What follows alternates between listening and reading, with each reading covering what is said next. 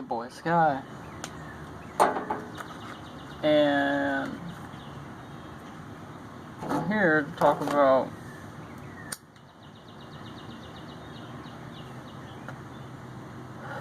deliriums and why people like me. Hold on, this ball in my hat makes my hood look weird when I'm wearing it up.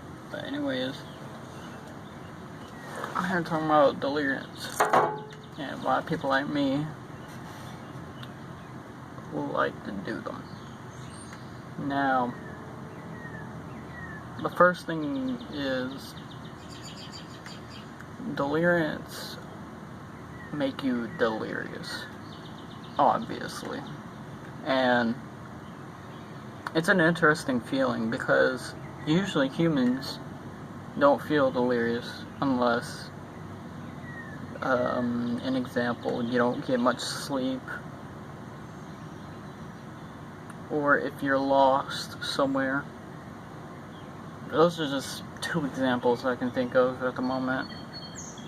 But now why people resort to doing deliriums is it's harder to just deprive yourself of sleep in order to feel delirious.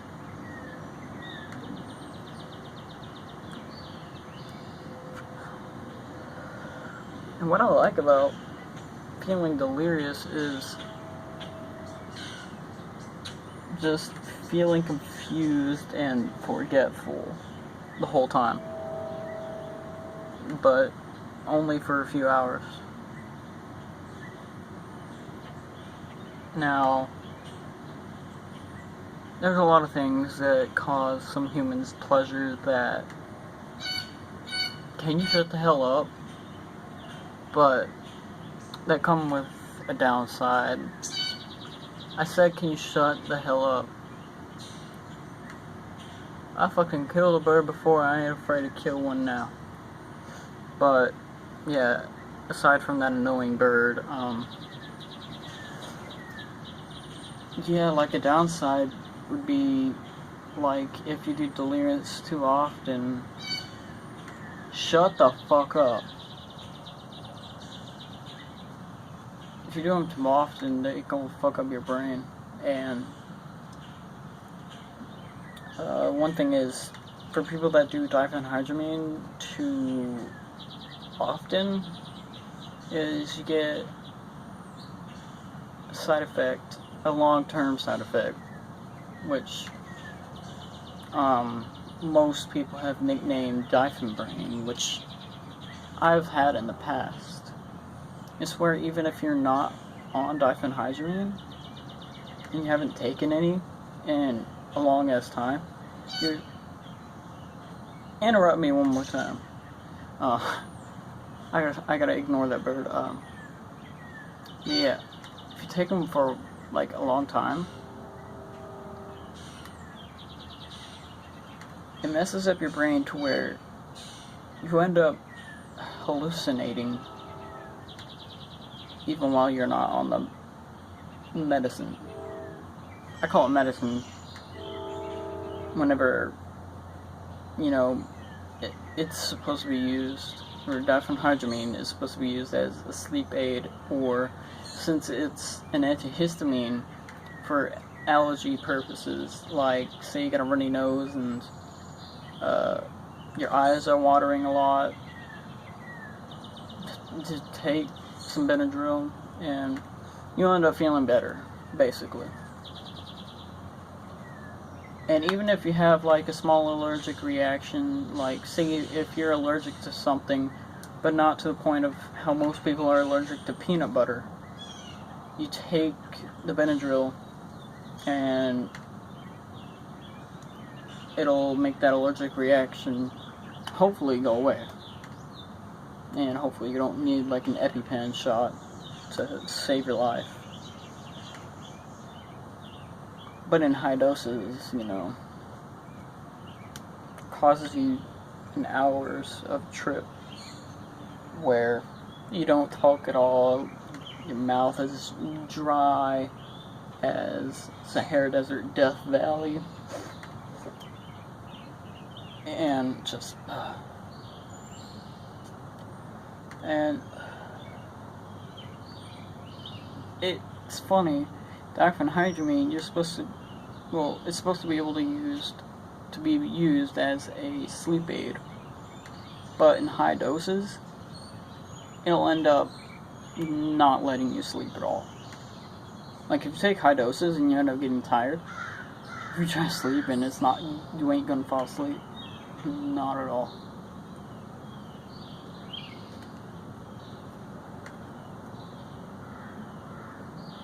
There's been a few times where I have fallen asleep, but then I woke up later and tripping. Not the first time I did it, but the thing is, since it also had acetaminophen in it, woke up hours later, worst stomach ache ever. I just wanted to purge all over this dude's floor. And the thing that sucked is, it makes you really antisocial. Like, you ain't able to talk at all. This dude's sister walked in the room and was like, "Hey, you wanna go next door with me? We're gonna go to this dude's house and watch him, like, playing video games and just hang out." And I'm like, "Sure." And the whole time she's like, "Are you okay?" And I'm like, "Yeah, I'm feeling fine. I'm just a bit tired, a bit feeling sick a little bit." And it really sucks, 'cause she was really pretty too. Like, damn it. I hate whenever cigarette goes out. But yeah.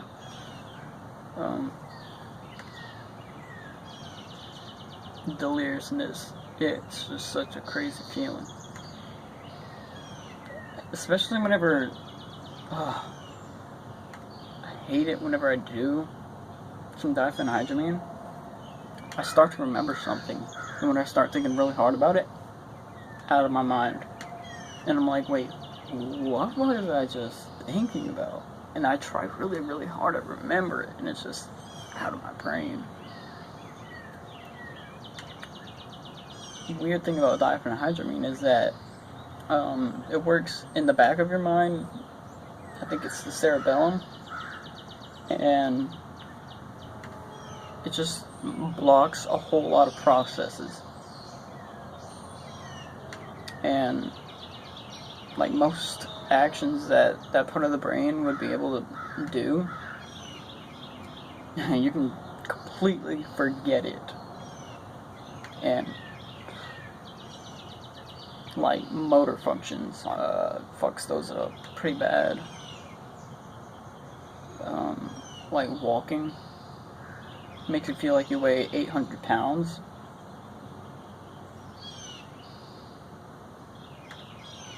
And talking, completely impossible to do, especially in higher doses, because you'll be sitting there either slurring your words or stuttering. Yeah, that's the word I was trying to find. Because there's been times whenever I've tried talking while I was on it, and I was just stuttering a whole lot. And you, in your mind, whenever you're trying to talk to somebody who you don't want to know that you're on this drug at all, it's going to be nearly impossible. They are going to find out. Because one, they can see it in your face. Because the whole time, you're going to be looking down a lot, or looking up a lot. Your eyes are going to be wide. For some reason, it makes your eyes really wide. And if they start talking to you, you're going to be like, what? You also talk kind of quietly.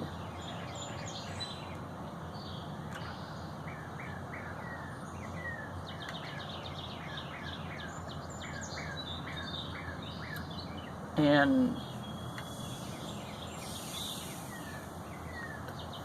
It's, oh, it's the sprinklers. They're turning on, I guess. Just scaring the shit out of me. But, damn, what was I gonna say? Oh yeah, noises. Slightest noises scare the hell out of you. Even if they aren't real physical noises, like as a door opening or shutting, or a light flickering. You know how lights, whenever they flicker, they make a noise, like a little click. And basically any kind of noise that will happen in a house. Those are all the physical noises. But you'll get auditory hallucinations like a motherfucker. It's crazy. You'll hear people talking. Like, a few weeks ago, while I was still doing it, up to 500, 600 milligrams, I'm sitting in my room at 3 o'clock in the morning, hearing both my grandparents, like, walking through the house and talking as if they're right outside of my door. But it's a good thing my mindset. I'm like, okay, so I think they might be outside my door, but why would either of them be up 3 o'clock in the morning? For what reason would they be up? And that's the thing you gotta have, is a mindset to where you're able to question things that you would assume that would be happening, but couldn't happen at all. Like,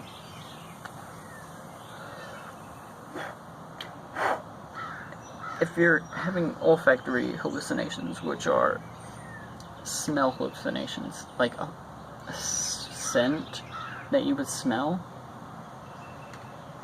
but it's not real at all.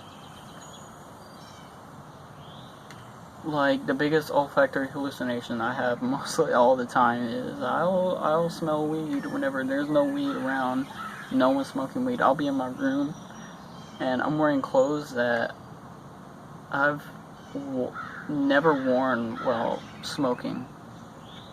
I've only smoked cigarettes while wearing those clothes. Never been around weed in those clothes. And I'll smell that good dank smell that most of you will be familiar with. And I'll be like, okay, I can smell it on me, but I've never smoked weed in these clothes before.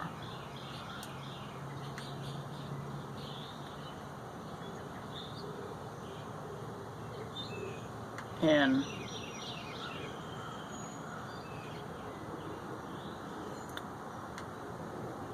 I'm trying to remember other things that happened during the diphenhydramine trip.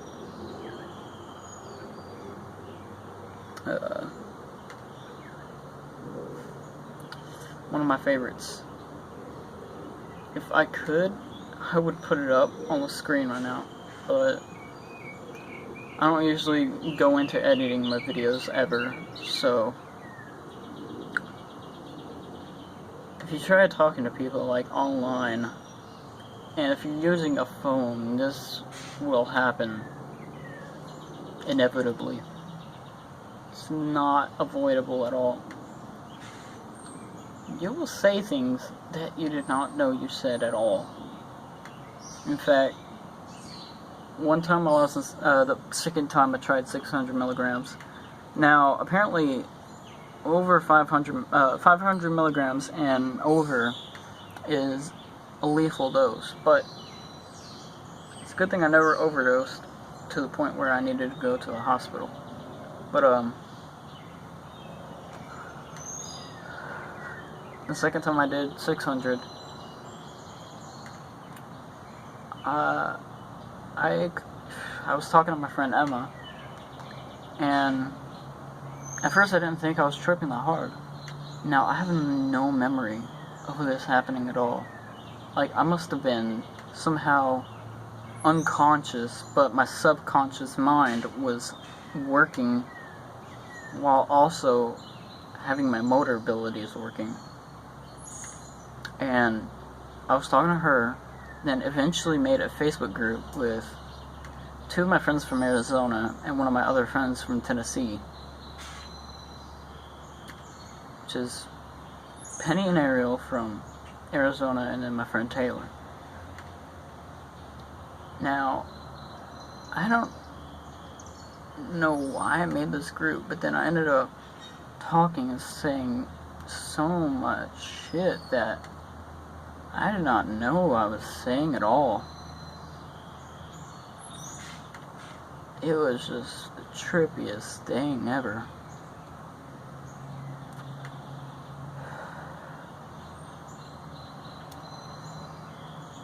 And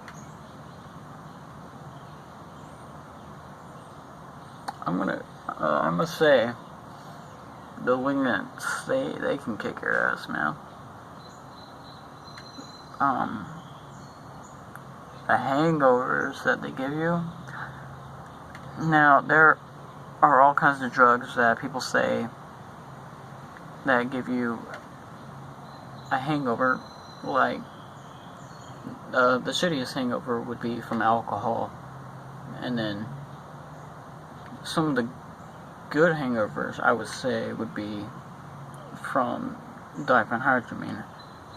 I cannot recommend you doing it, but if you do it, it's not because I recommended it.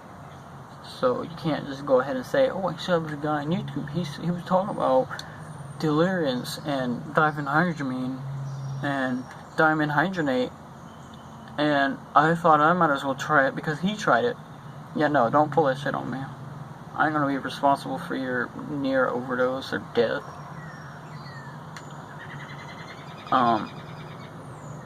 Shit, what was I gonna say? Oh yeah, the hangover. I say that it's a pretty good hangover because after I fall asleep, after tripping for so many hours, trust me, tripping for that long on a delirium, it's tiring and exhausting. You wouldn't think that a trip would be exhausting, but it is. Actually, all trips. I've even tripped on LSD, and that was even exhausting for me. It's probably from all the heavy breathing you do, because you have to focus on your breathing on any kind of trip that you go on. But the hangover of diphenhydramine, at least, is kind of positive because you wake up and you feel so refreshed after sleeping, but you sleep for a long ass time. Even if you got like a full night's rest and then did diphenhydramine, tripped for say 12 hours and then sleep, you'll sleep for almost 24. I can guarantee. But then you wake up and you're like, I feel so damn good right now. But if you do end up doing diphenhydramine, don't do it night after night after night. Trust me, your body builds a tolerance to it, and then after you get to like a high dose, and then you try doing that dose again, and you end up not tripping at all, and then you're like wondering, better go up to a higher dose, and you do that higher dose, and then you realize your body can't handle it. Next thing you know, you're going into a seizure, coma, possibly death.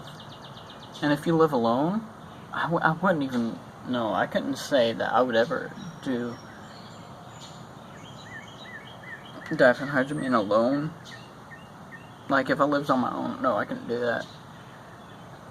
Because I would feel more comfortable for my parents coming in to my room and I've overdosed than not anyone knowing I've overdosed at all.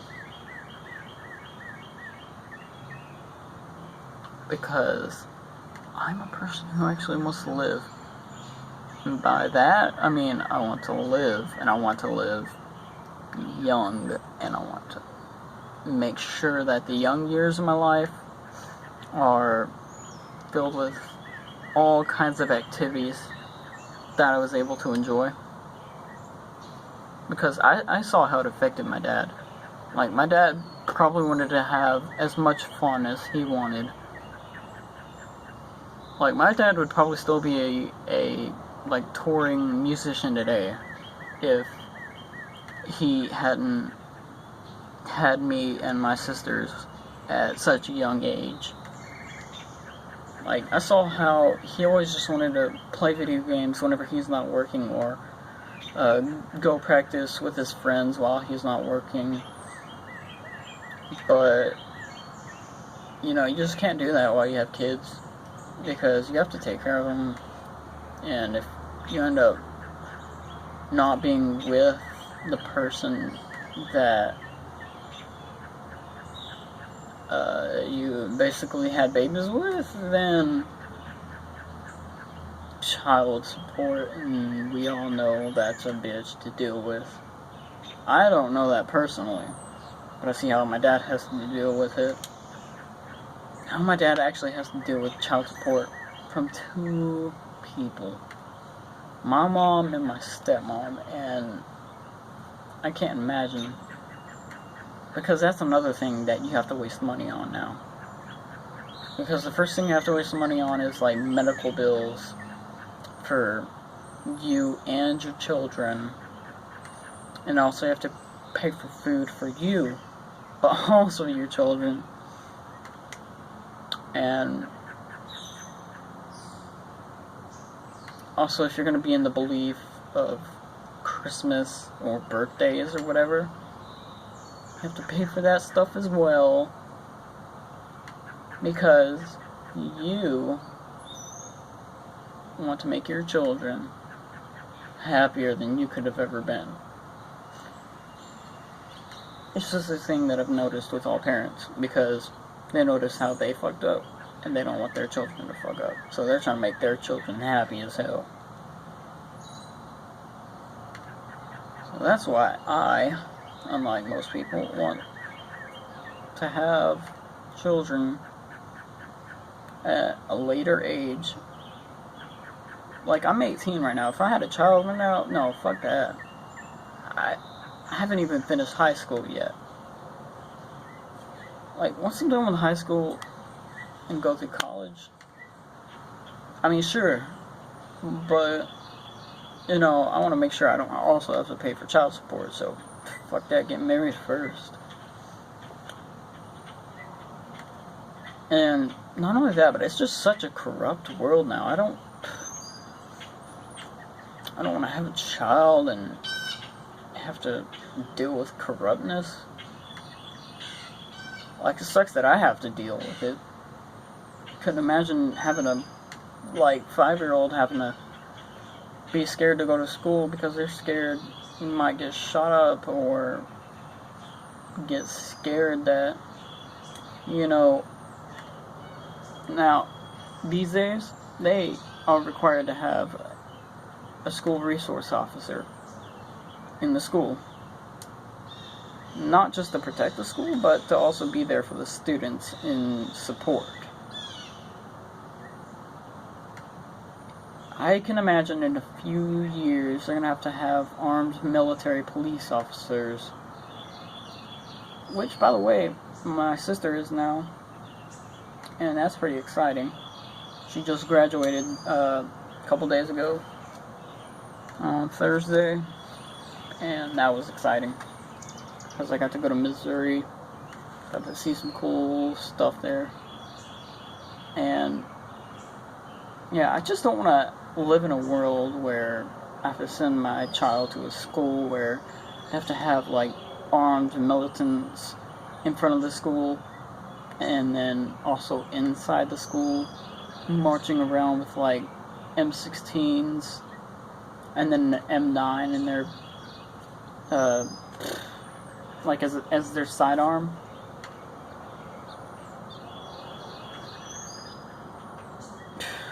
I can just imagine it.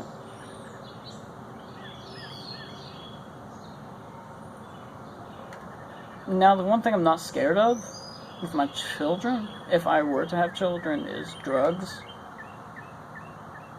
But I at least would want them to talk to me first. Because one thing about me compared to the schools is, I will teach my children the truth. The thing that I'm pretty pissed about with the schools is, when I was in school, they just told us drugs are bad. Drugs kill people, so don't do them. No, we want to know the truth. What does each exact drug do to your body? How does it affect you? How long are you going to be feeling the high or the trip? And what drugs could I be scared that my children will do that they can easily get at, like, a pharmacy? Because I know about the opiates, I know all about the painkillers, I kind of know about the cough syrup, but what else is there in the world? That's most parents today, grandparents today. Because no one ever taught them anything. And only now are we getting more information because people want to do more research. And the thing is, it's so hard to do research on these drugs. Because, like, say if I became a chemist, I would have to wait years before I was able to do research on LSD. But even if I did research on LSD, they probably wouldn't let me make the chemical because they would be afraid that I would start distributing it in order to make more money. Even though chemists, they make several thousands of dollars. But yeah, like, that's why we need smarter teachers in the school that aren't gonna just lie to the children. We need people that will tell the exact truth. And as what they say in courtrooms is, do you swear to tell the truth and nothing but the exact truth? Or however that saying goes.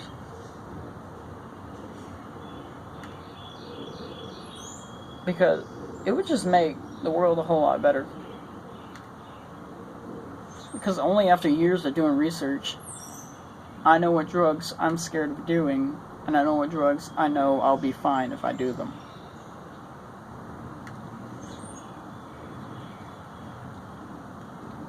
Like, an examples would be heroin.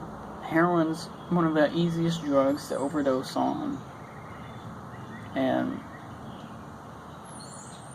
there's many knockoff brands. Like, people might either have, like, a weaker version of it or a harder version of it. Another drug would be crystal meth, obviously. Because I don't want to be tripping for 3 days straight and then finally just pass the fuck out on my bed. That does not sound fun at all. Another drug is cocaine, because I don't know how my heart could handle it. Because I'm not into doing a drug just to get a heart attack. And another one is ecstasy, because it drains your brain of serotonin. And say if I'm sensitive to serotonin, I could go into serotonin syndrome, which is basically the overdose of serotonin. And that's just pure shit to deal with. Which is why I prefer drugs like weed, man. All it does is release dopamine through your body for a few hours. No, like 1 to 2 hours. And it stimulates your hunger. Like me, I can only eat about, 1 to 2 meals a day with snacks. But if I smoked weed at least 1 to 2 times a day, I'd be eating every single meal. And it also helps people sleep. Like, trust me, weed nowadays makes me tired. I always have to sit down when I'm high. And also reduces stress and kills pain. Why are we not funding this? But yeah, I've been talking for a half hour now because I'm bored as hell. So maybe you guys have something better to do other than listen to me talk? Unless if you like hearing me talk. If you like hearing me talk and you want more videos like this, just let me know. Anyway, I'm gonna go now because I'm probably gonna go inside, listen to music, take a shower, or just sleep. So yeah, peace.